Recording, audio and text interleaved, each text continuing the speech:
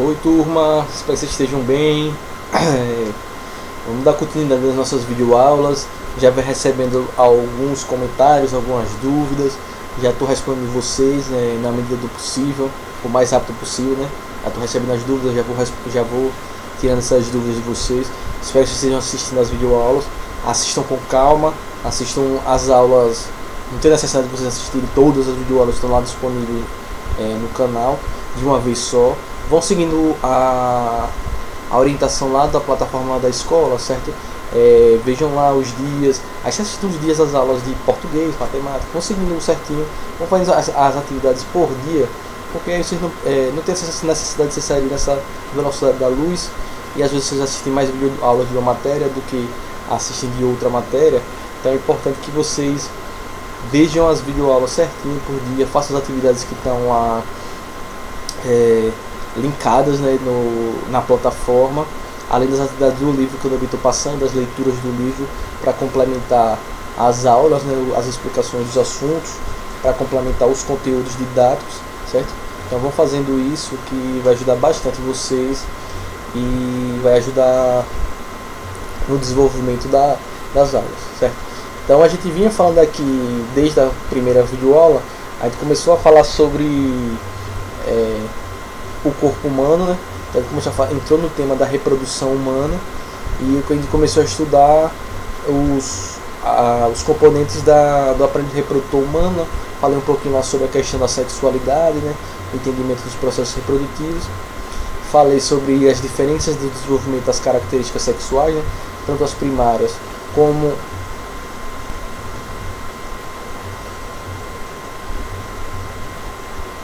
as características sexuais secundárias. E nas últimas duas videoaulas eu comecei a falar com vocês sobre o aparelho reprodutor propriamente dito, né? Então a gente viu lá na primeira aula o aparelho reprodutor masculino, né? Expliquei lá as estruturas, cada uma das partes, as funções de cada uma das estruturas, para que elas serviam, como elas funcionavam, quais eram as curiosidades que tinham nelas. Vimos lá todas as partezinhas certinho do aparelho reprodutor masculino. Expliquei lá o processo de ereção do pênis, né? Então, como é que o pênis fica ereto, quais são as estruturas que são ativadas para que esse processo aconteça. Expliquei lá o processo que forma o que a gente chama do esperma, né?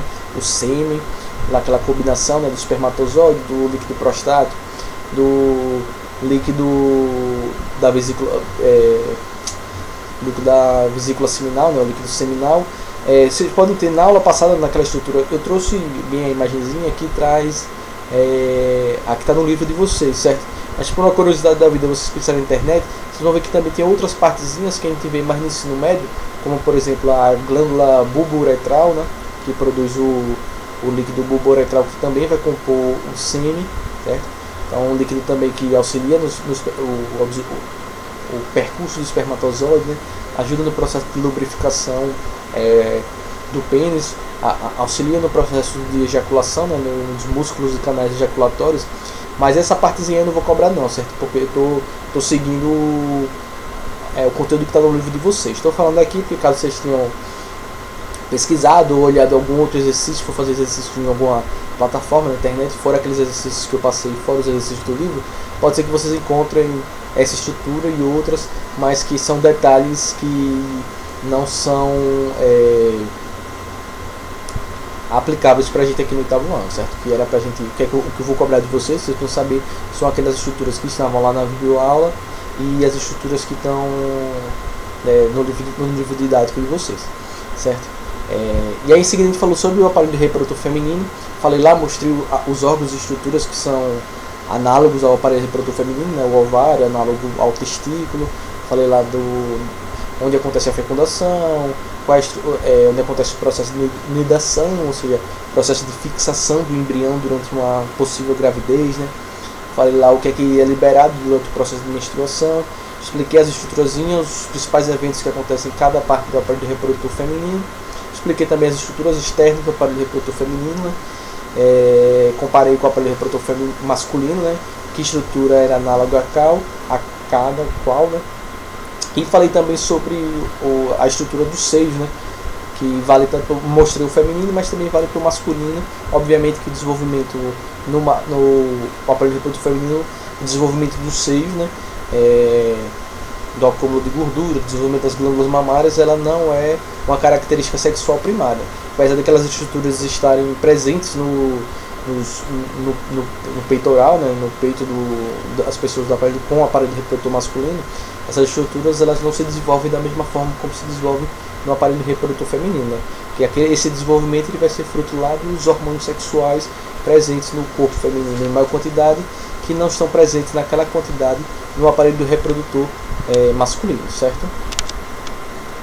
Para a gente poder fechar essa partezinha dos aparelhos reprodutores, dessa partezinha de adolescente, a puberdade, dessas características, antes da gente entrar na próxima parte da ciclo menstrual, fecundação, desenvolvimento embrionário e por aí vai, é fundamental que vocês façam, espero que vocês tenham feito, o exercício da página 57 do livro, certo? Se vocês não fizeram esse exercício da página 57, para o vídeo agora, vai fazer o exercício, certo? E depois volta para o vídeo para ver os comentários. Vou comentar as questões da página 57 do livro nessa videoaula, para a gente conseguir fechar essa primeira parte do conteúdo do aparelho reprodutor humano, certo? Para a gente ver se as dúvidas foram sanadas, se todo mundo entendeu tudo. Então vou comentar essas questões, a gente fecha essa parte para poder passar para a próxima parte, tendo em mente todas essas coisas, se não vai ter mais dúvidas, está tudo explicadinho, tudo detalhado, todo mundo entendeu a função de todas as partes, todo mundo consegue reconhecer o que é cada uma das estruturas, para que ela serve, quais são suas funções, como elas funcionam, quais são as decorrências, algumas dessas estruturas elas não funcionarem bem ou pararem de funcionar, quais são as consequências disso, certo? Então não fez a página 57 do livro para o vídeo, responde, volta para o vídeo. Pessoal, se tem um de vocês, pelo que eu me lembro, se eu não me engano, todos vocês têm o livro, mas se tem algum de vocês que não tiver o livro ainda, vocês pedem para algum colega de vocês tirar uma foto da página do livro, do exercício, para vocês tentarem responder também, certo? Porque como a gente está mais distante, vocês precisam fazer os exercícios para ver realmente, para verificar se vocês têm alguma dúvida e eu poder sanar essas dúvidas de vocês, porque como é a distância, a responsabilidade de vocês é o dobro, né? É muito maior, vocês têm que ter mais responsabilidade nesse período de quarentena, para que vocês não tenham nenhum tipo de prejuízo, né? Lá no dia a dia a gente próximo é mais rápido, é mais fácil, né? É mais dinâmico, a gente tira essas dúvidas, eu acompanhar o desenvolvimento de vocês, né? Vocês estão aprendendo os conteúdos mesmo, mas como a gente está mais distante aqui, então vai ter que ser dessa forma. Então, vocês têm que ter essa responsabilidade dobrada de fazer o exercício. Então, já fez o exercício, vamos continuar o vídeo. Não fez o exercício, para o vídeo, pega o livro, página 57, responde, depois volta para o vídeo. Então vamos comentar aqui cada uma dessas questões do livro de vocês, certo? Para que a gente consiga sanar nossas dúvidas e a gente prosseguir para outra parte do assunto com mais tranquilidade. Então vamos aqui para a primeira questão. Que nome recebe o período que marca o início da adolescência? Como você definiria esse período usando suas palavras e conforme sua experiência pessoal? Então, a primeira parte aqui da resposta, essa primeira fase que vem junto da puberdade, ou da resposta, que vem junto da adolescência, é a puberdade. Então, essa primeira, essa etapa do desenvolvimento que vem junto da adolescência, essa etapa do desenvolvimento humano, a gente chama de puberdade, certo? A resposta que vocês vão dar em seguida, como você define esse período e conforme a sua experiência, e cada um de vocês vai ter a sua resposta, certo? Espero que vocês tenham a sua resposta. Eu vou cobrar essa resposta de vocês junto com o alho, com a cebola, e vou querer ver o que vocês responderam, certo? Então, como eu expliquei lá nas primeiras videoaulas, eu falei que na média, o desenvolvimento da puberdade, das características sexuais secundárias, ela varia de indivíduo para indivíduo, né? Eu falei lá na média a faixa etária, o gênero, né? O sexo masculino ou feminino, que teria diferenças disso e para a idade, mas dentro desse grupo a gente falou da média de todo mundo, mas cada um de vocês vai ter a sua resposta porque a experiência de cada um de vocês é única, né? Então cada um de vocês é único e a experiência de cada um de vocês e o que vocês observam na puberdade de cada um de vocês vai ser uma experiência única, né? Então essa parte aí, obviamente, da resposta é individual e pessoal, né? Mas espero que vocês façam e espero que vocês consigam identificar o máximo de características, sensações, emoções que vocês passam nesse período aí, né? Então não tem resposta padrão nem resposta certa. Essa parte, a primeira sim, que é a puberdade. A segunda pergunta da primeira questão, cada um de vocês, espero que vocês façam, depois eu vou querer ver no primeiro encontro que a gente tiver, eu vou querer ver um pouquinho aí do que vocês comentaram sobre essa primeira questão, certo? Vamos agora aqui para a segunda questão. Conhecer o corpo humano é importante para viver a adolescência com maior tranquilidade? Justifique sua resposta. Essa resposta aí também vocês podem dar com suas palavras.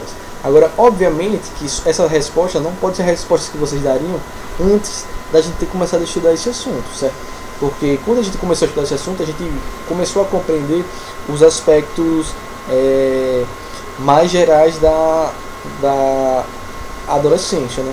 Então a gente estudou o que é adolescência, a gente entendeu, por mais que a gente não tenha entrado nas particularidades de cada um de vocês, que é impossível, né, nesse tipo de instrumento de aula, mas a gente estudou os aspectos gerais que envolvem a adolescência, né?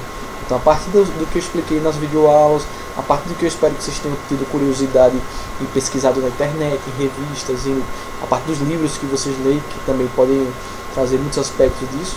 Então é fundamental a gente entender isso como uma forma de a gente ter um aprimoramento de nossa qualidade de vida, né?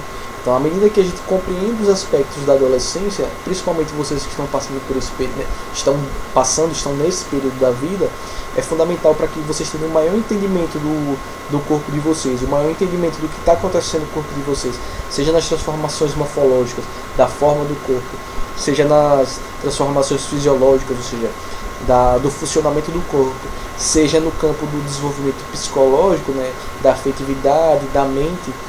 Quando a gente conhece mais sobre isso, sobre esses aspectos, é mais fácil a gente entender. Obviamente que a gente não vai entender tudo, né? Não tem como a gente entender tudo ao longo da vida, a gente vai entendendo cada vez mais coisas. Agora, ser uma pessoa que entende tudo, eu acredito que é impossível.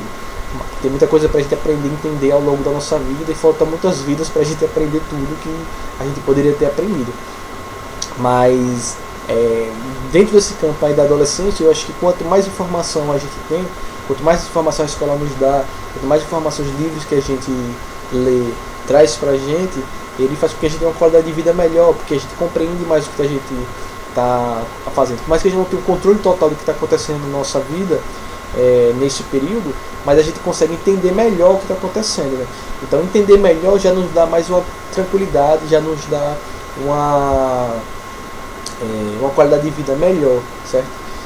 Então é isso que eu espero que vocês tenham respondido, obviamente com um pouco da experiência de vocês após essas primeiras videoaulas, após a gente ter trocado um pouco dessas informações sobre puberdade, adolescência e sobre a vida de forma geral nesse período, certo? Então eu espero que vocês tenham caminhado por aí nessa resposta de vocês. Se vocês tiverem alguma dúvida, vocês podem me mandar lá o que vocês responderam. A gente pode trocar mensagem ou no e-mail ou no Instagram para detalhar essas dúvidas, certo? Vamos lá então agora para a terceira questão. Na puberdade começam a se definir as características sexuais secundárias, né? Então, aquelas que se iniciam lá a partir da ação da puberdade. Que hormônio estimula o aparecimento dessas características no rapaz? Entenda aí, no rapaz, a pessoa do sexo biológico masculino, né? Onde esses hormônios são produzidos.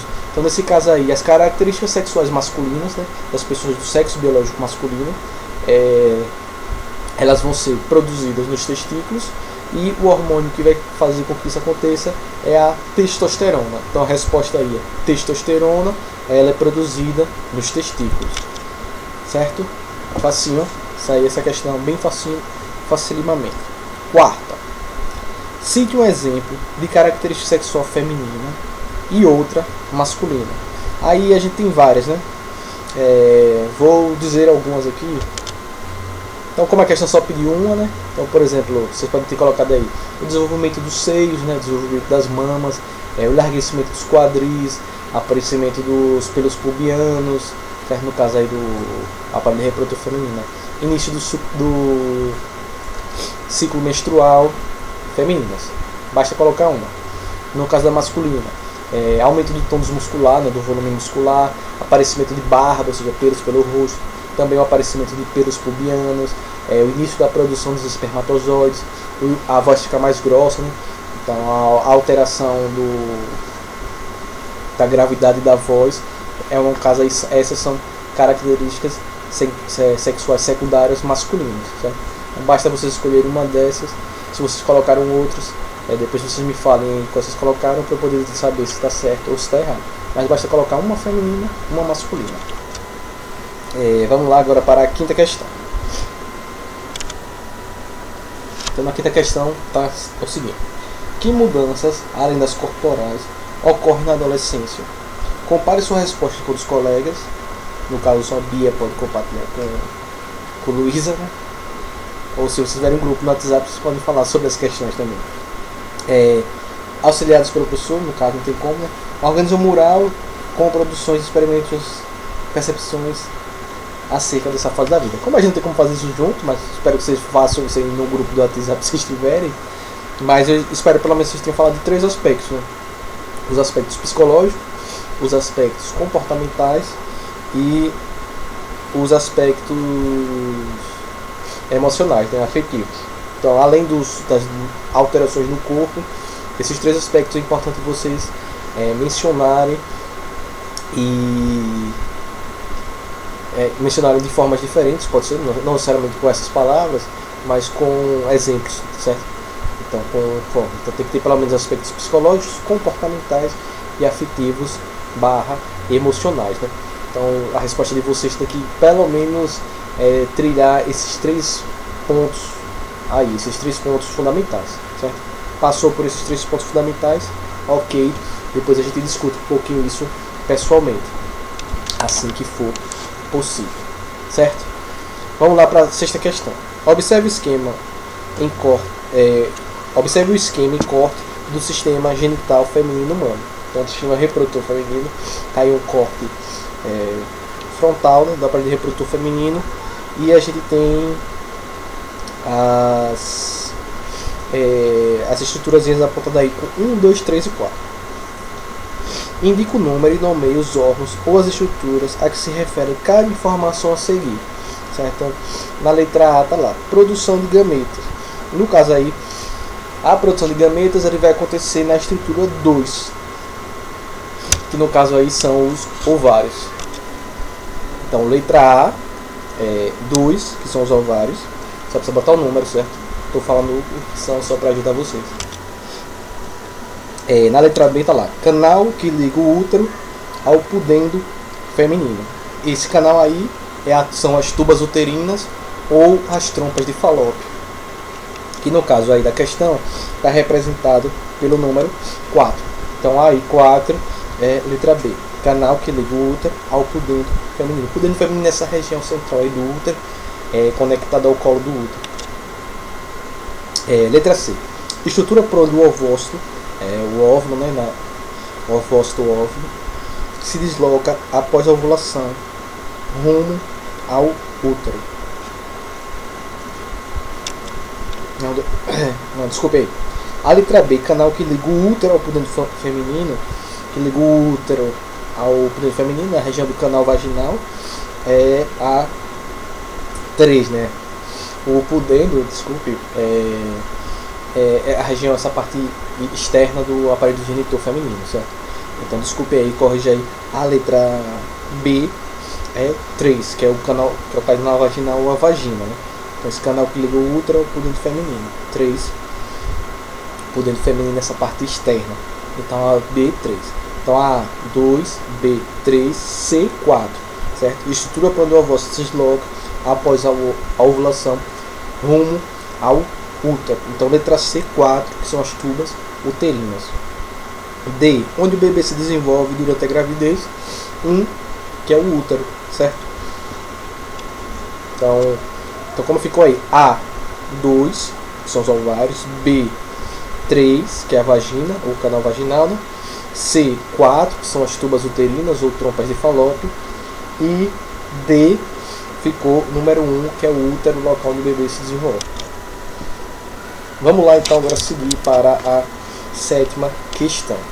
A sétima questão pergunta: o que a ejaculação libera? Por qual órgão? Então, o que a ejaculação libera? A ejaculação, ela libera o sêmen, ou que também pode ser chamado do esperma. Então, se você botar o sêmen ou esperma, certinho, tanto faz. São sinônimos. Então, sêmen ou esperma é o que é liberado durante a ejaculação.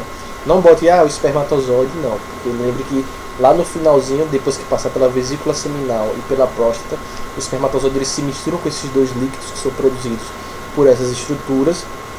E a partir daí, a gente forma o esperma ou sêmen. Ou seja, numa ejaculação não sai só o espermatozoide. Sai o espermatozoide combinado com o líquido seminal e com o líquido prostático, que é o que forma o que a gente chama de esperma ou sêmen.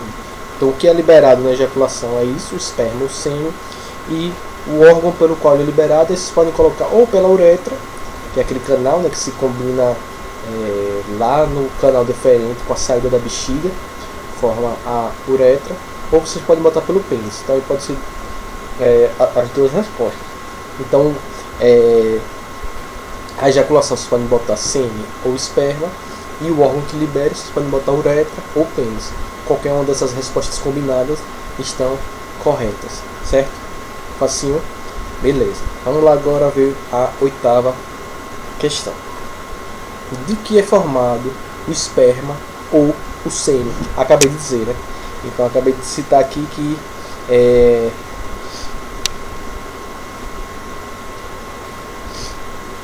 então acabei de explicar para vocês que o esperma ou sêmen ele é formado pelos espermatozoides, né? Que são as células reprodutoras masculinas, o gameta reprodutor masculino. E pode ser, eu tô com uma alergia muito forte, não tô com coronga não, tô com uma alergia retada aqui, mas tem que continuar gravando as aulas para vocês.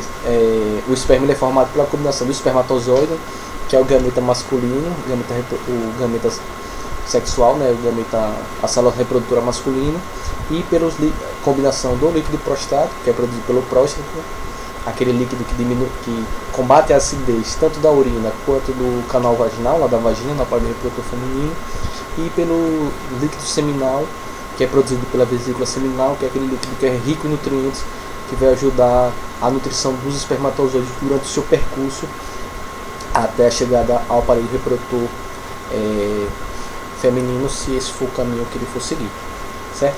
Então a resposta está aí, da oitava questão. Vamos agora para a nona questão. A ejaculação é considerada a evidência do amadurecimento sexual masculino. Por quê? Então, por que a ejaculação é considerada o amadurecimento sexual masculino? Ela é considerada o amadurecimento, ou seja, quando o indivíduo ele é capaz de realizar, ou seja, de sofrer ou realizar a ejaculação, significa dizer que os testículos dele iniciaram o processo de produção de espermatozoides. Então, como se iniciou a produção de espermatozoides, e esses espermatozoides eles já podem ser liberados a partir do processo de ejaculação, então esse é um sinal de que aquele rapaz, né, ele iniciou a sua maturidade sexual, ou seja, ele é capaz já de iniciar, de se reproduzir, né, de gerar filhos, de gerar descendentes, novos indivíduos, né. Então, o sinal da ejaculação, ou seja, quando ele ejacula, é um sinal de que ele já iniciou o processo de produção dos seus espermatozoides, e a partir daí ele já pode, como os espermatozoides são os gametas sexuais, né, são os gametas, células reprodutoras, significa que ele já está maduro sexualmente, certo? Deu para entender isso aí? Certinho. Décima questão. Os gametas são as células reprodutivas, como estou dizendo aqui várias vezes, né? Quais são os gametas humanos e que parte do corpo eles são produzidos? Então no caso aqui os gametas vão ser produzidos aonde? No caso dos o gameta masculino é o espermatozoide. Onde é que o espermatozoide ele é produzido? O espermatozoide ele é produzido no testículo. Então os testículos, que também chama de gônadas, o que são gônadas? São glândulas que são responsáveis, ou estruturas no corpo, que são responsáveis pela produção dos gametas. Então no caso da gente, o espermatozoide é o gameta masculino e o óvulo, né, os óvulos ou ovócitos, como vocês viram aqui na questão, o óvulo ou o ovócito, ele é o gameta feminino. E no caso, o óvulo ou ovócito, ele é produzido e liberado pelos ovários, né? Então os espermatozoides são produzidos pelos testículos. Quando eles são produzidos mesmo, os espermatozoides eles são produzidos durante a puberdade. Ou seja, no início da puberdade, os espermatozoides começam a ser produzidos lá pelos testículos. E no caso do aparelho reprodutor feminino, os óvulos são os gametas, ou seja, as células reprodutivas femininas, e são produzidas aonde? Nos ovários. Só que diferente do aparelho reprodutor masculino, os ovócitos, né, obviamente que em um estágio primário, né, primitivo, né, eles já nascem todos eles nos ovários das pessoas do sexo biológico feminino no seu nascimento. Então tem uma diferença aí. Enquanto que no aparelho reprodutor masculino, os gametas eles são produzidos no início, quando inicia a puberdade. O feminino não, a pessoa já nasce com todos os seus ovócitos primários, né, nos seus ovários, e quando ela inicia a puberdade, a cada ciclo menstrual ela vai liberando pelo menos um óvulo a cada novo ciclo. Então o feminino ela já nasce com todos os seus óvulos em um estágio primário, né, e na puberdade ela vai começar a liberar esses óvulos. O masculino não, a criança do aparelho reprodutor masculino ela nasce e ela não começa a liberar seus espermatozoides nem tão prontos, eles só começam a ser produzidos lá no período da puberdade, certo? Então a gente tem essa diferençazinha aí entre o masculino e o feminino, onde eles são produzidos, certo? E aí tem a diferença, pelo menos em cada gota de esperma de uma ejaculação a gente pode ter milhões até 3 milhões de espermatozoides, enquanto que a cada ciclo menstrual novo a pessoa do aparelho reprodutor feminino ela libera pelo menos um. Pode ser que aconteça a liberação de 2, 3 ou mais óvulos, mas na média e na maioria dos casos, cada novo ciclo, cada ovulação, cada liberação de gameta feminina ocorre a liberação de um único óvulo.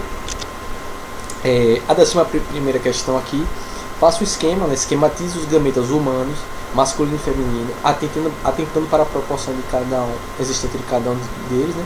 Ou seja, o feminino é muito maior que o masculino, por exemplo. O feminino a gente consegue observar ele facilmente, né? Quase que é olho nu. É a maior célula que tem no corpo humano, é o óvulo, né? E inclua a legenda de todas as partes. Então aí você faz o esqueminha o quê? O esqueminha do espermatozoide, mostrando lá o flagelo, a crossoma, a peça intermediária, né? E o feminino também com as partezinhas, né? O óvulo, a corona radiada, a zona pelúcida. Agora o que ele quer aí é que você faça o desenho do óvulo tem que ser maior do que o do espermatozoide, né? Porque o óvulo é bem maior do que o espermatozoide. Então basta vocês fazerem esse esqueminha, né? Imagine eu desenhando no quadro, aquela maravilha, e vocês fazendo, copiando melhor, certo? Então façam esse esqueminha aí no caderno de vocês. O melhor esquema ganha 1/10. 12. Observe um esquema em corte longitudinal, em perfil, do sistema genital masculino humano. Chama reprodutor masculino humano. Então tá lá aqui, vocês estão vendo o esqueminha aí. Com base nesse esquema e no que você estudou, escreva o que se refere a cada item a seguir. A. Glândulas sexuais masculinas que ficam dentro do saco escrotal. Aí a resposta é testículos, ou testículo, nesse caso aí do esquema. B. É onde os espermatozoides que acabaram de ser formados ficam armazenados. Resposta aí, epidídimo. C. Localiza-se sob a bexiga e produz uma secreção viscosa, que é um dos componentes do esperma, que está abaixo da bexiga aí, a próstata. D. São duas glândulas localizadas atrás da bexiga que produzem uma secreção nutritiva para o espermatozoide e formam a maior parte do esperma. Nesse caso, se trata da vesícula seminal, certo? Onde estão sendo produzidos o líquido seminal. É o canal que no homem encontra-se ligado tanto ao sistema urinário quanto ao sistema genital, né? Então aí no caso aí é a uretra. Então nesse caso aí esse canal que é compartilhado é a uretra. F é o órgão que fica ereto quando o homem se excita e por onde sai o esperma na ejaculação. Nesse caso aí é o pênis, certo? Então letra A é o testículo, letra B o epidídimo, letra C próstata, letra D vesícula seminal, letra E uretra e F pênis, certo? Facinho. Mais fácil, a minha alergia tá péssima hoje, gente, desculpa. Mas eu preciso gravar e... Vamos lá. 13ª questão para a gente concluir aqui. Você costuma ficar tendo sinais, sintomas e outras alterações nas mamas, testículo e no corpo em geral? Essa partezinha aí, gente, algo que eu não cheguei a comentar com vocês, que é sobre os cuidados com o corpo da gente e a gente conhecer nosso corpo. É fundamental a gente sempre estar observando se tem alguma alteração no nosso corpo, seja nas mamas, ou seja, nessa região do peito. Isso vale tanto para os meninos e para as meninas, observar, ou seja, sempre tocar, sempre de meio assim, dar tocada ao redor, né? Vai topando assim, aí vai sentindo tanto masculino como feminino, para ver se tem o aparecimento de algum caroço, algum nódulo, se tem alguma coisa estranha que aparece, certo? Na mesma coisa, no caso de quem tem o aparelho reprodutor masculino, verificar se aparecer algum carocinho, alguma coisa lá próximo aos testículos, né, lá dentro do saco escrotal, porque essas coisas são fundamentais para o conhecimento do nosso corpo e a gente identificar se tem algum probleminha logo cedo, certo? Então é fundamental as meninas irem ao ginecologista, né, ao médico, para ver se está tudo certinho. E os meninos, quando ir ao pediatra, ou também começar a ir ao urologista para dar uma checada nisso. Ou seja, é importantíssimo vocês conhecerem o corpo de vocês, para quando alguma alteração ou se alguma modificação surgir, algo que não estava lá aparecer, como você já conhece como é o corpo de vocês, vocês vão conseguir identificar que aquela coisa é...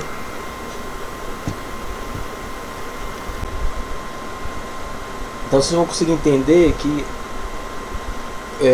aquilo que apareceu no seu corpo é diferente e vocês têm que procurar um médico, falar para o pai de vocês, para a mãe de vocês, para procurar um médico e dar uma verificada nisso, certo?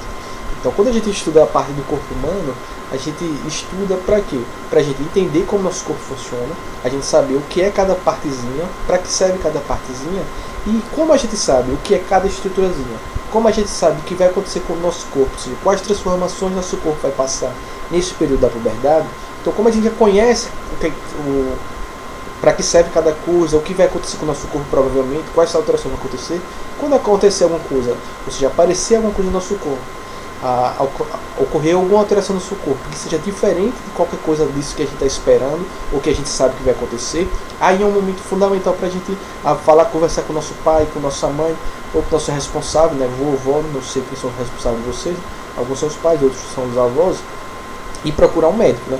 Ou seja, se você já sabe como é que vai ocorrer, por exemplo, o desenvolvimento de suas mamas, se você sabe como é que funciona as alterações do seu corpo, se você já espera o que vai acontecer, né, a partir do desenvolvimento das características sexuais secundárias, qualquer coisa muito diferente disso que aconteça é sinal de que é importante vocês procurarem um médico, conversar com os pais de vocês para indicar um médico especializado, né, seja um ginecologista, no caso são os médicos que cuidam do aparelho reprodutor feminino, ou um urologista, que é um médico que também, além de outras questões, ele também trata de questões que envolvem o aparelho reprodutor masculino, certo? É fundamental isso, ou seja, conhecer, aprender, identificar, para poder reconhecer quando alguma coisa muito diferente do que é esperado aconteça, certo? Então espero que a gente consiga entender toda essa parte desse assunto. Na próxima aula a gente vai falar um pouco sobre o ciclo menstrual, entender quais são as etapas do ciclo menstrual, o que acontece, e vamos falar um pouquinho sobre o processo de fecundação, do desenvolvimento embrionário e formação do feto, certo? Qualquer dúvida, vocês já sabem como me contactar, certo? Espero que fiquem bem, lavem as mãos respeitem as orientações da Organização Mundial da Saúde e fiquem bem. Espero que logo logo isso passe e a gente consiga se encontrar pessoalmente. Um abraço e até a próxima videoaula ou até o próximo encontro pessoal.